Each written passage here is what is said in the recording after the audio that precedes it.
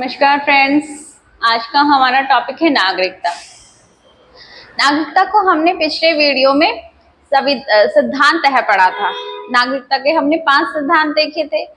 पहला था नागरिकता का उदारवादी सिद्धांत, नागरिकता का स्वेच्छातंत्रवादी सिद्धांत, नागरिकता का समुदायवादी सिद्धांत, नागरिकता का मार्क्सवादी सिद्धांत और नागरिकता का बहुलवादी सिद्धांत। ठीक है, आज हम नागरिकता को संविधान के पॉइंट ऑफ व्यू से देखेंगे। ठीक है, कि भारतीय संविधान में नागरिकता के संबंध में क्या क्या शर्तें हैं।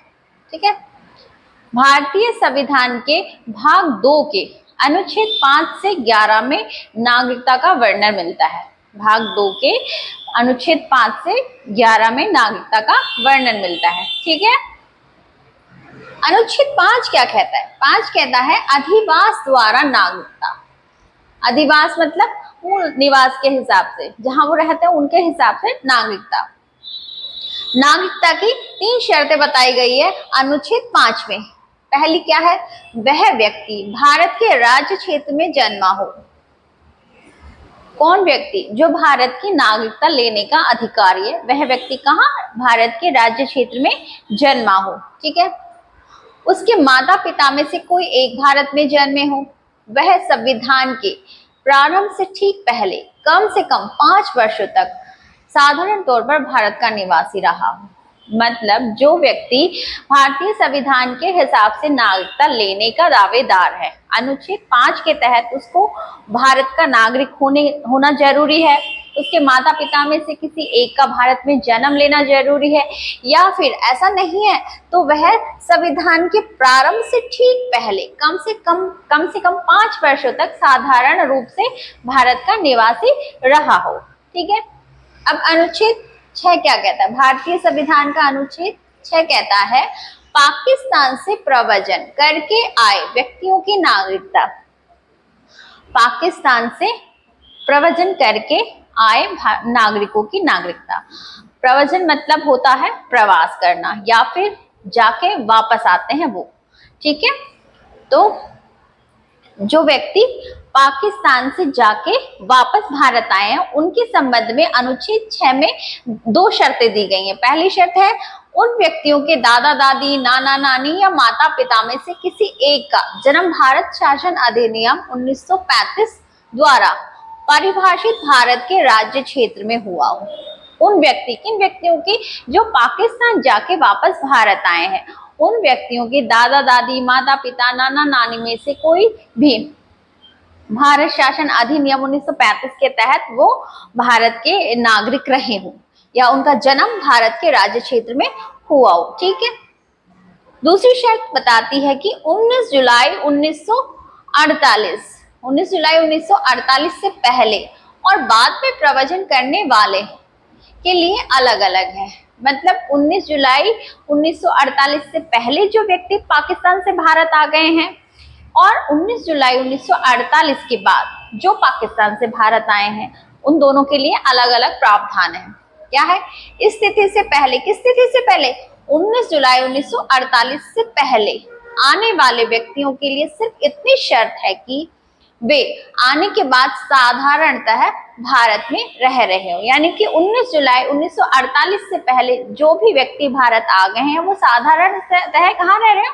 भारत में निवास कर रहे हो। ठीक है, अब इस तिथि के बाद मतलब 19 जुलाई 1948 के बाद आने वाले व्यक्तियों के लिए जरूरी है कि उन्होंने सक्षम अधिकारी के पास जाकर स्वयं को भारत के नागरिक के रूप में पंजीकृत करवाया हो। यह पंजीकरण तभी हो सकेगा जब वह व्यक्ति नागरिकता के लिए आवेदन करने की तिथि से ठीक पहले 6 महीने भारत में रहा हो। मतलब कि पाकिस्तान से भारत, यानी कि 19 जुलाई 1948 के बाद जो भी व्यक्ति पाकिस्तान से भारत आए हैं वो उनके लिए पंजीकरण की प्रक्रिया जरूरी है उस वक्त के सक्षम अधिकारी के समक्ष। ठीक है, और यह प्रक्रिया तभी सफल होगी जब वो 6 महीने तक भारत में रह रहे होंगे, उसके बाद ही उनका पंजीकरण संभव होगा। ठीक है, आया समझ में? अनुच्छेद 7 क्या कहता है? अनुच्छेद 7 कहता है कि पाकिस्तान को प्रव्रजन करने वाले व्यक्तियों की नागरिकता। मतलब अनुच्छेद 6 में था कि पाकिस्तान से प्रव्रजन करने वाले व्यक्तियों की नागरिकता, अब अनुच्छेद 7 में क्या है, पाकिस्तान को प्रव्रजन करने वाले व्यक्तियों की नागरिकता। 1 मार्च 1947 के बाद भारत से पाकिस्तान प्रव्रजन कर लिया है जिन व्यक्तियों ने, वह भारत के नागरिक नहीं समझे जाएंगे। ठीक है, जिन व्यक्तियों ने 1 मार्च 1947 तक भारत से पाकिस्तान प्रव्रजन कर लिया गया, मतलब वो चले गए हैं पाकिस्तान, वो भारत के नागरिक नहीं कहलाए जाएंगे।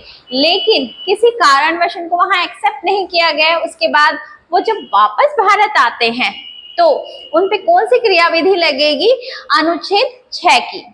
जो भी शर्तें अनुच्छेद 6 में वर्णित है वही सारी क्रियाएं लगेंगी। ऐसा कहाँ पे मेंशन है, ऐसा अनुच्छेद 7 में, भारतीय संविधान के अनुच्छेद 7 में वर्णित है। ठीक है, अब अनुच्छेद 8 क्या कहता है, अनुच्छेद 8 कहता है भारत के बाहर रहने वाले भारतीय मूल के व्यक्तियों की नागरिकता। जो व्यक्ति संविधान के बनने से पहले ही भारत से बाहर या विदेशों में जाके बस गए हैं, उनकी नागरिकता के संबंध में प्रावधान है। उनकी नागरिकता के संबंध में प्रावधान है क्या है कि भारत शासन अधिनियम 1935, भारत शासन अधिनियम 1935 में वर्णित है कि क्या वर्णित है, वहां के भारतीय राजनयिक प्रतिनिधि के समक्ष जाके वो व्यक्ति क्या करेंगे, आवेदन प्रस्तुत करेंगे और नागरिकता का पंजीकरण करवा लेंगे भारत शासन अधिनियम 1935 के आधार पर। क्यों करवा लेंगे, क्योंकि उनके जो वंशज हैं वो कहाँ के हैं, भारत के हैं, इसलिए वो लोग क्या है, भारतीय मूल के हैं। भारतीय मूल के नाम से कमला हैरिस का नाम, भारतीय मूल के नाम से कमला हैरिस का नाम हमारे दिमाग में आता है। ये काफी हर्ष की बात है, वो प्रेजेंट में अमेरिकी उपराष्ट्रपति हैं क्योंकि वो भारतीय मूल की हैं। ठीक है, अब अनुच्छेद 9 क्या कहता है, नागरिकता की समाप्ति। किसी अन्य देश की नागरिकता स्वेच्छा से ग्रहण करने पर भारत की नागरिकता स्वतः ही समाप्त हो जाएगी। अनुच्छेद 2 में है कि जो व्यक्ति, जैसे बहुत सारे पूंजीपति लोग विदेशों में जाके बस गए, वहां की नागरिकता ग्रहण कर लिए, जो भी ऐसा करता है उसकी नागरिकता, जैसे दूसरे देश में जाके वहां की नागरिकता ग्रहण कर लेने के बाद भारत की नागरिकता स्वतः ही समाप्त हो जाएगी, ऐसा भारतीय संविधान का अनुच्छेद 9 कहता है। ठीक है, अब अनुच्छेद 10 में क्या है, किसी व्यक्ति की नागरिकता को संसदीय विधान के अलावा किसी अन्य रीति से नहीं छीना जा सकता। जैसे बहुत सारे लोग होते हैं विदेशों से यहाँ आके शादी कर लेते हैं कि नागरिकता ले लेते हैं, लोग कहते हैं तुम यहाँ के नहीं हो वहां के हो, लेकिन किसी भी व्यक्ति की नागरिकता कोई भी समाप्त नहीं कर सकता।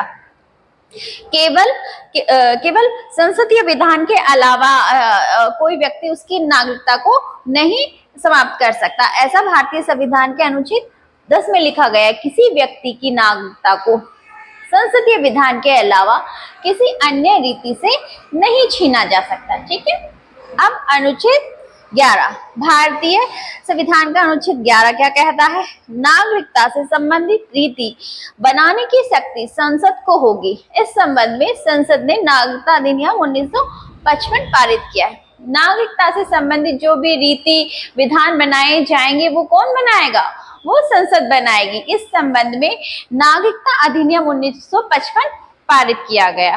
ठीक है।